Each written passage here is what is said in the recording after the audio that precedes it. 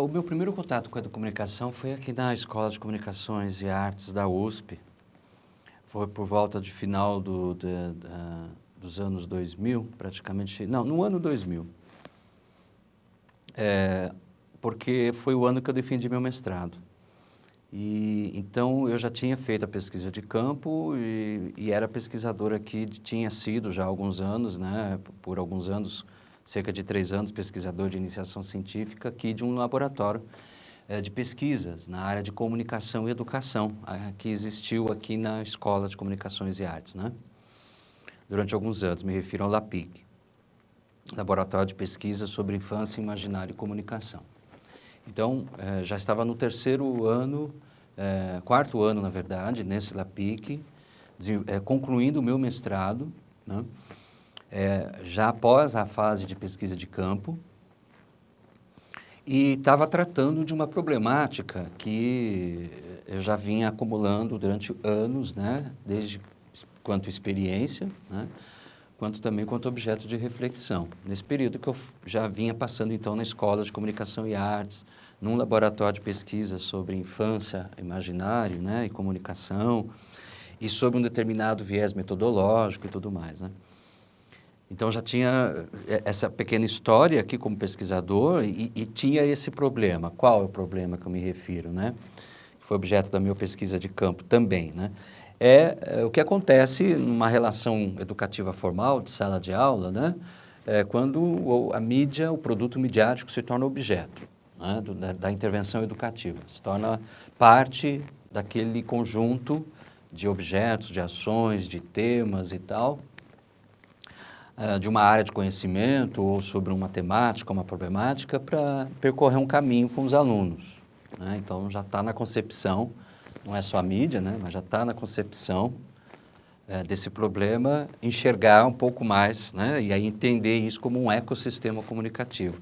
Coisa que naquela época, então, pós-pesquisa de campo e já escrevendo, me incomodava, mas eu ainda não sabia dar o nome às coisas. E aí, nessa angústia de já tendo que encerrar a dissertação, a pós-qualificação, começar a dissertação, né? Estava com essa angústia, eu saí para o corredor do bloco, onde ficam os vários laboratórios de pesquisa, né? Saiu a então também pesquisadora do Núcleo de Comunicação e Educação, o NCE, a Patrícia Horta. Eu gosto de contar essa história porque foi bem assim. E aí a gente se encontrou no corredor e ela é muito também especial, comunicativa, né? E aí contando, meu mestrado, estou terminando e tal, e falei disso. Mas isso que você está falando é do comunicação. Falei, o que que é? O que que é mesmo isso? E aí me chamou a atenção. A proximidade, né, entre os núcleos, né, LAPIC, NCE, também já vinha, óbvio, já existia antes, não só por causa de nós dois, eu e Patrícia. Estou contando a minha história pessoal, particular, né? Mas foi a partir daí que eu percebi que isso podia me ajudar. Então, eu fui atrás da recém-pesquisa que estava recém-lançada, publicada pelo Núcleo de Comunicação e Educação, que identificava, então, a educomunicação, né, como um paradigma, né, ainda não era assim que era colocado, né, um conceito, uma área de conhecimento, e que tratava de um perfil de um profissional e de um jeito de agir, né, tanto no agir comunicativo quanto no agir educativo, né, específico, especial, particular, desse momento, né? E então, esse relatório ele apresentava um pouco esse conceito. Então, eu falei, poxa, é disso que eu estou falando, né? E aí, tanto me identifiquei que era o nome da coisa, do que eu estava tratando, que eu coloquei logo de cara, fui, sei lá, audacioso ou irresponsável, na época, né? Você não tem conceito. Pôs logo o nome da coisa na capa, no título, né? Do meu mestrado. Então, foi assim que eu comecei o meu envolvimento com educomunicação propriamente dita. Até que o título do mestrado é o processo educomunicacional, a mídia na escola. Porque a educomunicação eu fui descobrindo depois na prática, que foi o que me levou a me apaixonar. Também, mas junto com ela, com um caminho de reflexão muito articulado, muito próximo dessa prática, que foi o projeto Educom.rádio. Porque eu continuava como pesquisador do LAPIC, mesmo após o fim do mestrado, né? E foi graças ao projeto que, então, em 2001, começou a ser executado no segundo semestre, abriu oportunidade de trabalho porque tinha uma remuneração, era muito simbólica, era uma bolsa, né, de iniciação via NCE, via Núcleo de Comunicação e Educação, enquanto que por parte do LAPIC havia acabado o período de bolsas e eu tinha encerrado o meu mestrado, que foi financiado pelo CNPq, né? Então, eu estava numa condição assim, como professor, voltando a ser somente professor de História, né, no ensino médio. Quando, então, eu pude, além disso, né, assumir definitivamente um trabalho numa instituição de ensino superior, né, à noite, como diretor de uma faculdade particular, que é o que me sustentava.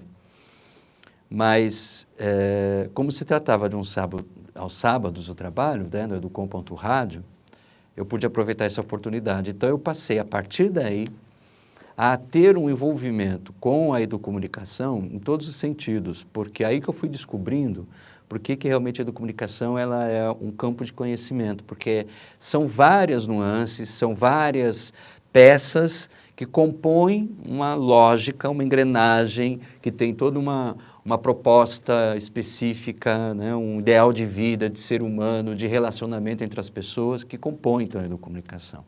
Então, respondendo a essa pergunta, né, o que foi significativo para mim, quando eu realmente vi que a educomunicação era algo que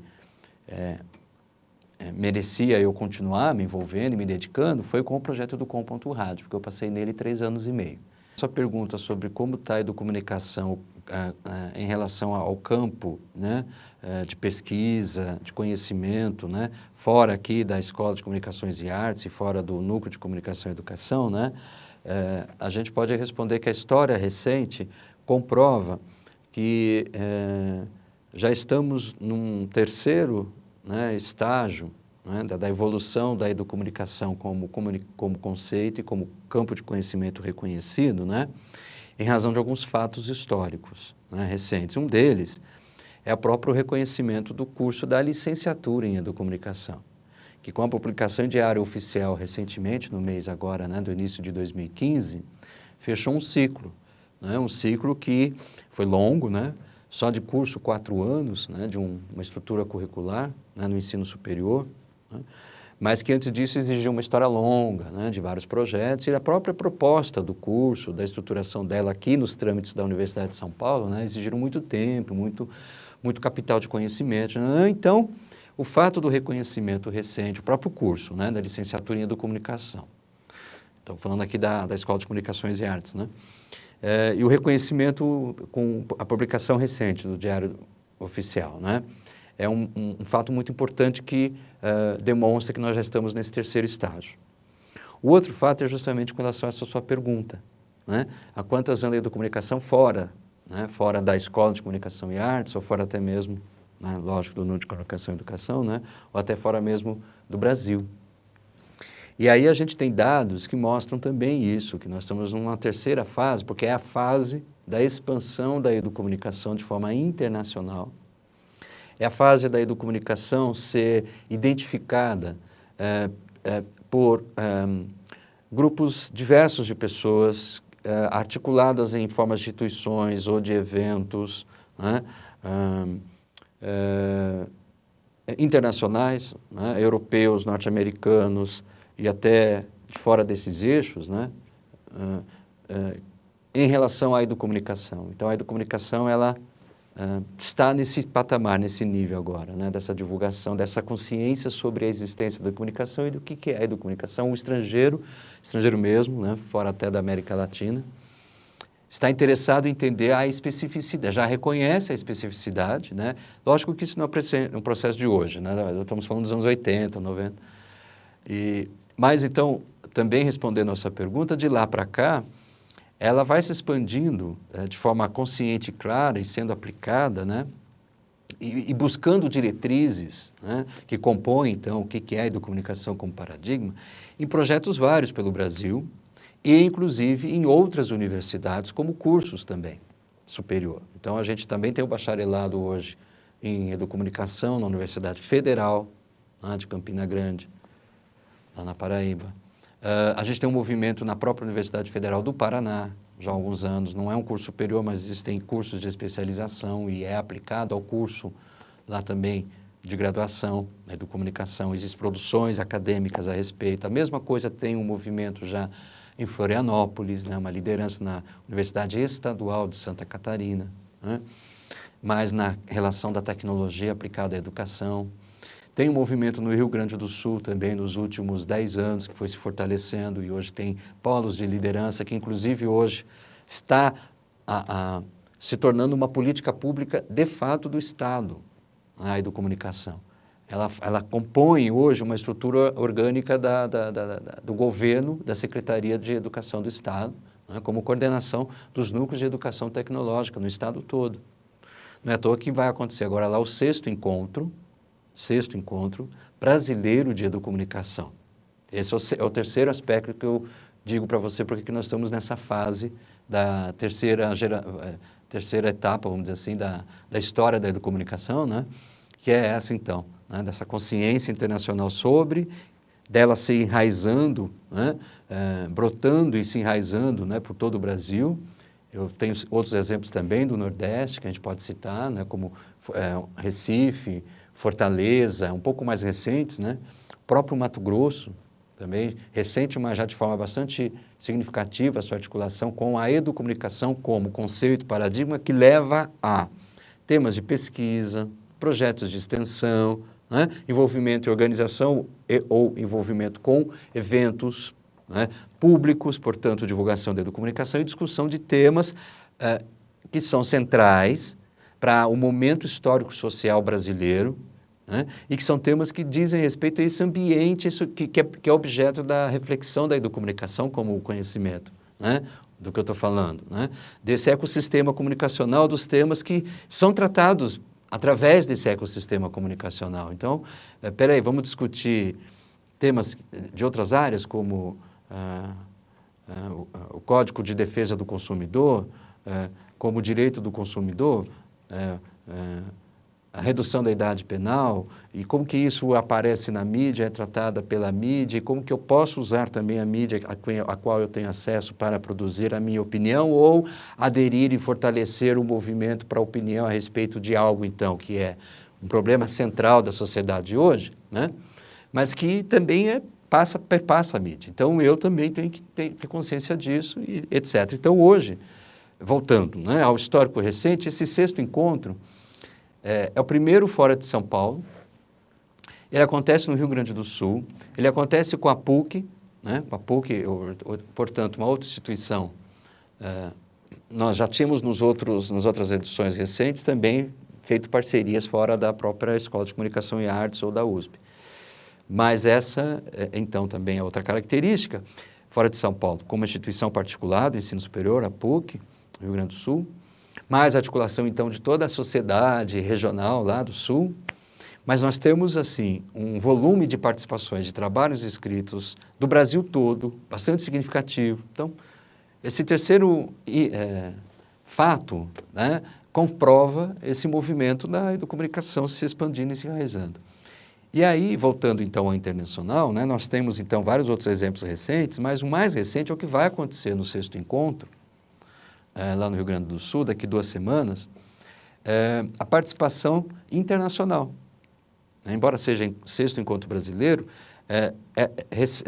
no final da sua organização, dado o tamanho, a proporção do encontro nacional, né, ele foi chamando a atenção desse movimento de interesse internacional, né, por parte, inclusive, de órgãos. Então, aí vieram nos chamar e propuseram uma parceria com órgãos internacionais como a Flaxus, que é um órgão, vamos dizer assim, que está sediado na Espanha, mas que tem, inclusive, órgãos em vários países da América Latina e que tem interesse na educomunicação e que nos fez a proposta de integrar o sexto encontro. Com isso, nós formamos uma mesa redonda, né, com pesquisadores latino-americanos, que virão no encontro para conversar sobre a educomunicação em seus países, vários países da América Latina.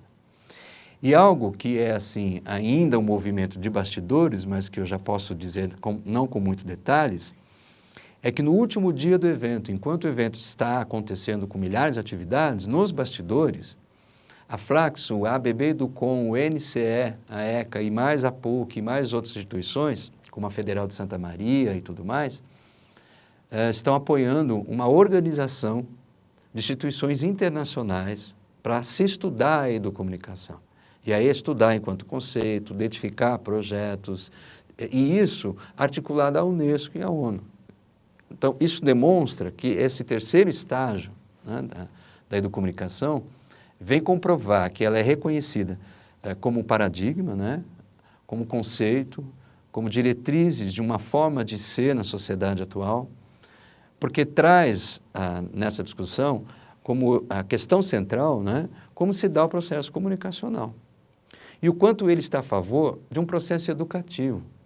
Mas para que tipo de pessoa, que tipo de sociedade, né, que tipo de ser comunicante, que tipo de ser receptor, né? Então, aí nós entramos no modelo, né, vamos dizer assim, num parâmetro, né, num conjunto de parâmetros de modo de ser de cidadão que a gente deseja e que a gente quer acontecendo no modo de se comunicar hoje em dia, porque a gente entende, né, percebe que ao fazer assim, está se educando para fortalecer ainda mais esse jeito de ser da sociedade, e aí nós vamos chegar, né, de alguma maneira, nesse outro jeito de ser comunicacional, porque junto com ela vem esse outro jeito de ser na sociedade. Mas isso é um processo de construção, mas ele só é possível quando você tem consciência. Então, hoje, enquanto paradigma, a gente percebe que a educomunicação, além da sua especificidade, e enquanto conhecimento, o que ela colabora para esse salto civilizatório, vamos dizer assim, né? Em relação a essa questão central do agir comunicacional hoje na sociedade, né, os ecossistemas comunicativos, né, está nisso, no reconhecimento internacional de que esse conhecimento, né, pode nos ajudar a nós e às sociedades diversas, diferentes sociedades, como a gente já havia experimentado aqui no Brasil, né, como agora as internacionais. Sem falar que nós já temos pesquisas em mestrados e doutorados em universidades da Inglaterra, da Itália, de Portugal e da Espanha, sem falar aqui da Argentina, né? Eu estou saindo agora da América, né? Que tratam a educomunicação ou tomaram a educomunicação como referência teórica da experiência que vivíamos, né? Para orientar, então, a problemática que era discutido como objetos, né? Nesses projetos individuais de pesquisa, né? Em pós-graduação nas universidades, né? Uma na Inglaterra, outra, lembro de algumas, na Itália, enfim. Então é isso, Jefferson, eu acho que esse painel, esses dados são prova de que realmente a educomunicação ela tem um reconhecimento internacional e já aponta para que isso avance de forma significativa ainda mais nos próximos anos. Porque sempre houve muito essa relação próxima entre a educomunicação que vinha então em desenvolvimento enquanto conhecimento, em campo do conhecimento na história da ECA, do NCE, né? Com a educomunicação na minha vida fora daqui.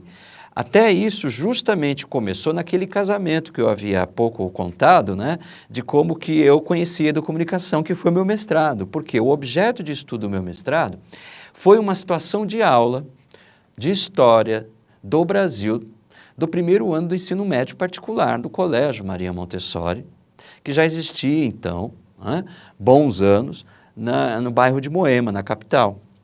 E que adotava já há alguns anos o sistema, né, de ensino positivo, apostilas, com fluxo bimestral, a apostila. Portanto, um tipo de ensino de história, assim como das outras disciplinas, bem particular, e ali eu tive a oportunidade, em razão de anos anteriores como professor de história, de ter tido espaço para, então, tomar como objeto, né, desse meu mestrado, aquilo que depois eu identifiquei como sendo a educomunicação quase no final. Na verdade, eu descobri com o meu mestrado, né, essa proximidade. Então, a própria educomunicação, ela também, para mim, apareceu em razão de uma vivência que eu estava tendo no colégio particular privado. E que depois também pôde abrir espaço durante a pesquisa de campo, que foi um momento bem particular do meu mestrado, né, de eu acompanhar um professor de história, né? E aí acompanhar a aula dele e com relações a várias situações, que eu não vou entrar em detalhes, que depois me levaram a identificar que essa problemática, essa questão, né, se tratava da educomunicação, depois lá no final do meu mestrado. Depois disso, eu terminei meu mestrado, eu continuei lá como professor de colégio técnico, como eu já era, mas se tornou faculdade. E aí o colégio me convidou para ser diretor. Então eu fui, ao mesmo tempo, doutorando da ECA, estudando sobre a infância e a mídia, eu fui diretor de uma faculdade, que saiu do papel, ajudei ao colégio a vivenciar o ensino superior e, conforme os anos, aí estruturando enquanto instituição do ensino superior, em todos os aspectos, todos os aspectos. Eu aprendi muito com isso, né? Até porque eu tive que fazer várias funções enquanto a instituição foi estruturando. Então, ao mesmo tempo em que eu fazia o meu doutorado aqui, nesse contexto de comunicação e educação, e tendo a educomunicação como referencial teórico, durante o meu doutorado, e participando dos projetos de intervenção do NCE na época, Educom.rádio, e Educom Centro-Oeste, e Educom.tv, né? Simultaneamente, eu vivi essa situação de diretor à noite na Faculdade Montessori. E fazendo doutorado a respeito, então, também, né, depois, no próprio Montessori. Né, o contexto em que eu estudei o jogo, né, digital online e o processo lúdico da criança em idade escolar, eu estudei num contexto escolar. Qual foi? Foi, de novo, o Colégio Maria Montessori. E depois disso, com o crescimento da faculdade, eu, inclusive, cheguei de forma inédita lá em 2003 a desenhar um curso de especialização, lato sensu, em educomunicação, que a Faculdade Montessori pretendia oferecer. Nós não oferecemos porque o Montessori era pequeno, né? E aí a gente acabou indo para outros caminhos, né? Também que foram interessantes. Bom, então, sem falar, né, em toda a experiência que eu tive no Montessori também, nessa questão mesmo de estruturar cursos, né, de pensar em currículo, de se pensar em metodologia de ensino, em se fazer a gestão, né, dos processos educativos, porque, enfim, coordenei 7 coordenadores de diferentes áreas de conhecimento, então, um processo transdisciplinar, interdisciplinar, na prática, na gestão, isso também me acrescentou muito. E essa experiência de gestão do ensino superior também, né? Que, somada a outras que vieram depois da faculdade, porque aí eu terminei a minha experiência de 11 anos como diretor da Faculdade Montessori, depois de já ter feito a defesa do meu doutorado, 5 anos depois, né? Meu doutorado foi em 2005, eu saí do ensino superior em 2011. Né? Foi bastante significativo, então, né, para mim ter essa complexidade de vivência, né, simultaneamente, né, com a educomunicação. Né? E nesse intervalo entre o meu doutorado e saída do Montessori, eu me afastei um pouquinho aqui da Escola de Comunicação e Artes, né? Porque eu me envolvi também com outros projetos em outras instituições. Então, quando eu terminei meu vínculo com o ensino superior, eu voltei a me envolver, a convite aqui do NCE, em projetos que estavam acontecendo, né, aqui na ECA e liderados pelo NCE, que na época era o curso que o MEC oferecia pelo Proinfo, né, sobre educação midiática, né? E estavam terminando turmas de especialização à distância, né, e precisavam de orientadores de monografias.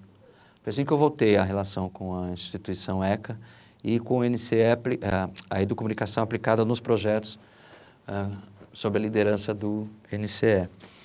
E foi isso que me trouxe, depois de alguns anos, né, a ingressar como docente na licenciatura, né, de educomunicação, portanto, já instituído. Eu não participei dessa etapa da institucionalização, né, do curso. Isso eu passei a me envolver, então, quando o curso da licenciatura já existindo entra no seu segundo ano, né?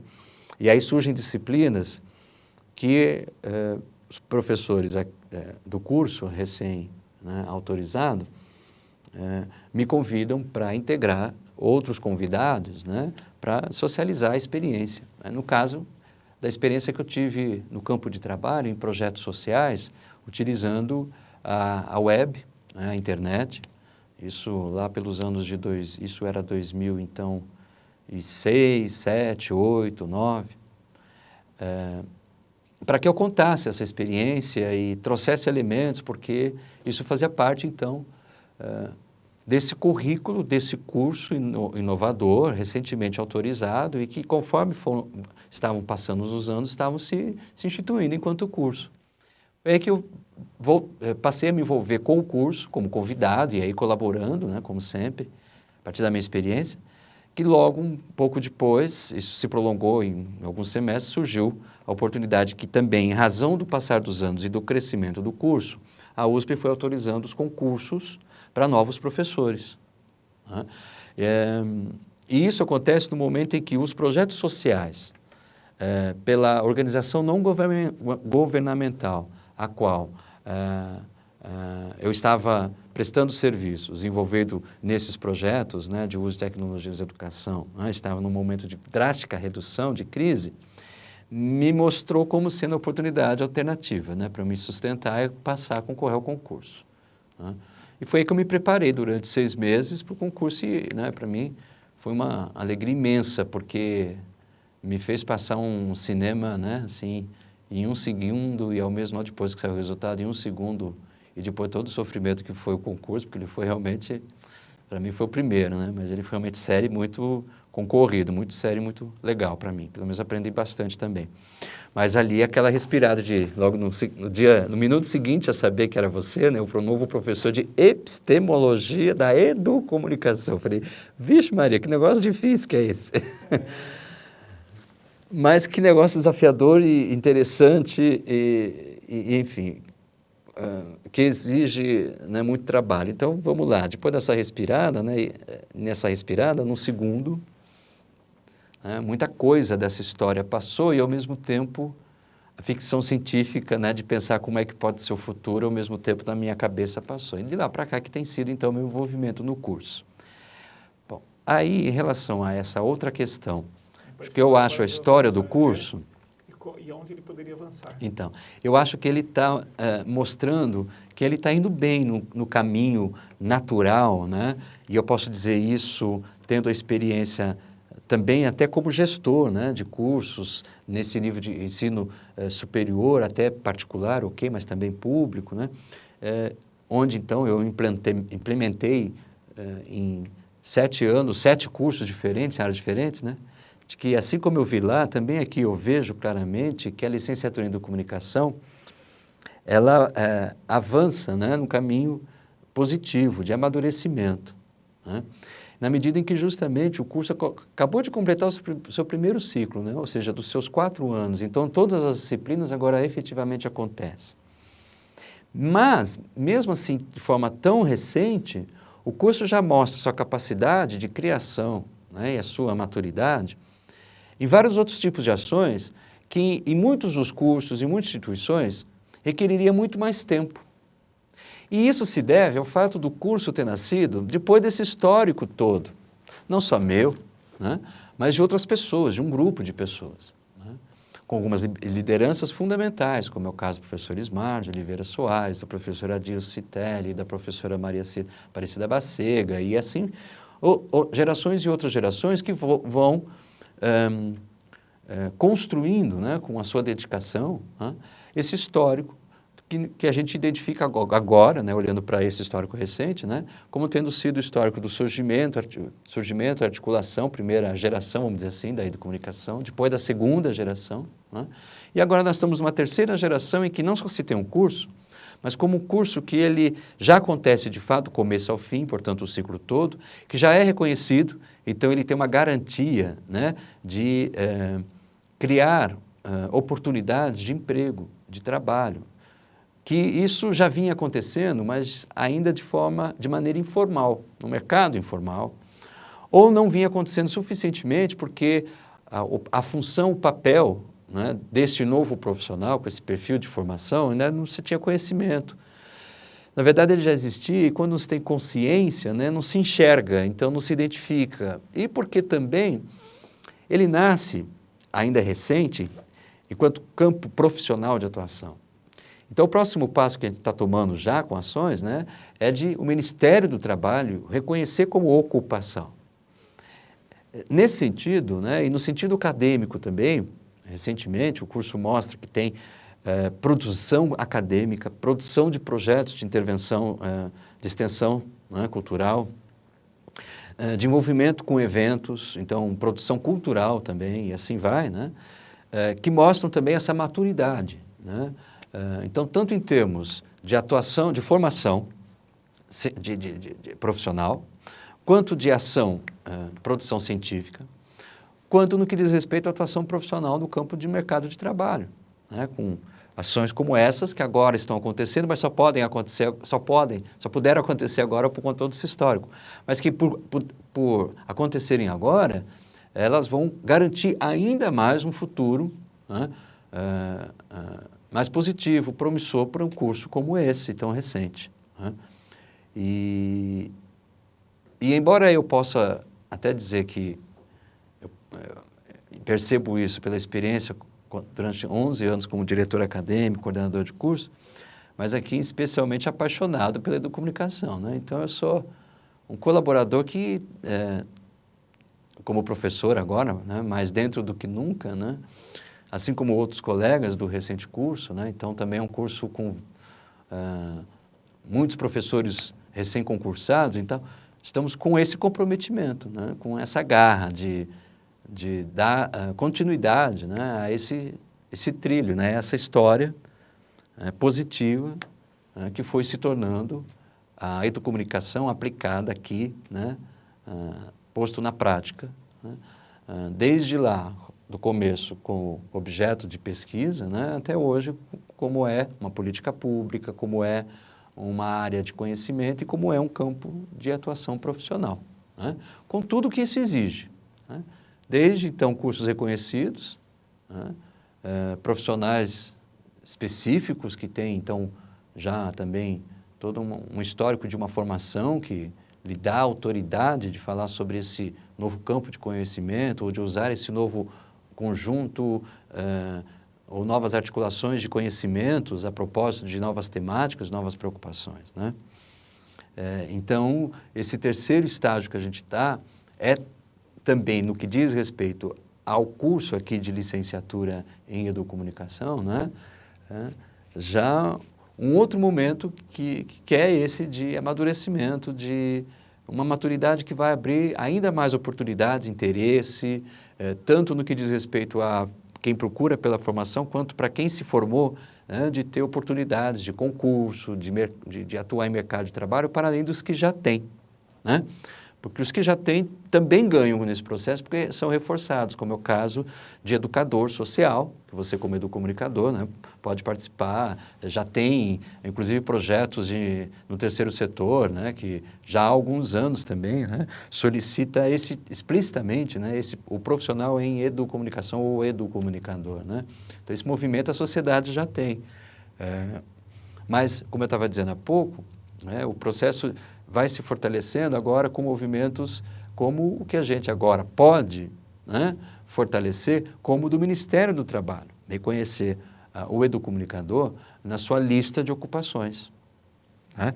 Isso vai garantir mais saltos, mais oportunidades, não só do profissional que se forma no curso de licenciatura em educomunicação, né, mas pela própria contribuição que esse conhecimento, que é o paradigma da educomunicação, traz para situações novas, do contexto recente, mas também para o histórico recente nosso como sociedade, em relação aos nossos modelos de comunicação, em relação às nossas práticas educativas, em relação a como a comunicação e a educação, elas têm inúmeras facetas e interfaces, né, que se a gente tomar consciência, a gente vai saber lidar melhor com elas. E para que fazer isso, né? Justamente porque a gente sabe que isso é parte de uma mudança necessária, possível, mas que se não tiver isso, talvez não aconteça, né? mudança de consciência da realidade, mudança de práticas do cidadão em relação a esse ecossistema comunicacional. Então, é parte da vida dele também. Então, ele precisa ter bastante consciência do que acontece, como acontece, por que acontece, para poder até optar em participar ou não, e se participar, como, e assim por diante, né? Que é um dos viés da comunicação, que eu não falei quase nada, né? Mas que, enfim, isso tudo justifica o quanto que foi realmente necessário um curso de, embora licenciatura de 4 anos, né? Porque a sociedade requer esse tipo de profissional, capaz de enxergar esse contexto tão complexo e capaz não só de agir, como de ajudar outras pessoas a agirem de novas maneiras, através da sua ação comunicacional.